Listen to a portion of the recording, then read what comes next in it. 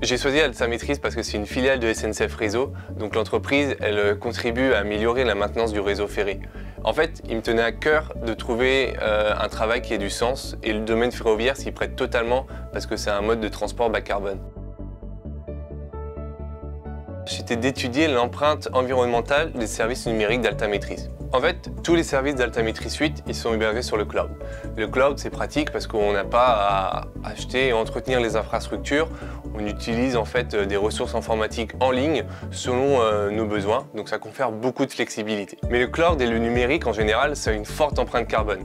C'est 4% des émissions mondiales de gaz à effet de serre. 2 fois le secteur de l'aviation, donc c'est pas mal. Pour ça, j'ai d'abord étudié en détail toutes les consommations des services cloud de l'entreprise pendant une année, puis j'ai essayé de comprendre quelles méthodes appliquer et comment traduire tous ces usages en émissions de CO2.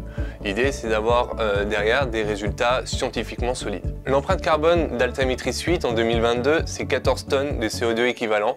Donc c'est l'équivalent des émissions de 66 000 km de voiture. C'est 1,6 fois la circonférence de la Terre. 14 tonnes, c'est pas énorme pour une entreprise, mais en termes d'usage cloud, ça commence à faire un bon petit bébé. Alors ce qui explique ce chiffre, c'est les traitements réalisés sur les données et l'utilisation de serveurs qui sont nombreux. Par conséquent, l'empreinte carbone, elle aussi, est importante. Quand on y réfléchit, c'est plutôt cohérent avec la volonté de l'entreprise de valoriser des données et d'apporter des connaissances aux gestionnaires d'infrastructures.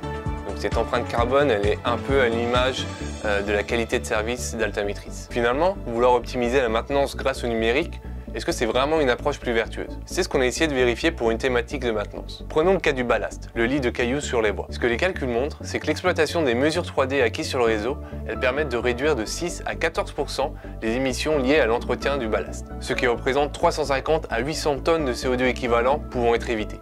Donc c'est plutôt positif.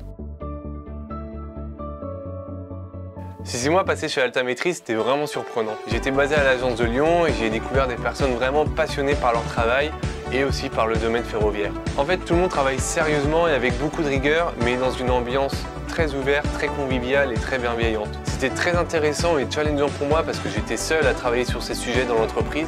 Donc j'ai beaucoup monté en compétences, notamment en comptabilité carbone ou en numérique responsable. Puis l'entreprise a été très ouverte sur mes initiatives de sensibilisation aux questions environnementales. J'ai pu organiser des fresques du climat ou diffuser des infographies informatives. Je souhaite continuer d'accompagner les entreprises dans leur transition socio-écologique et co-construire avec elles un cadre en respect avec les limites planétaires.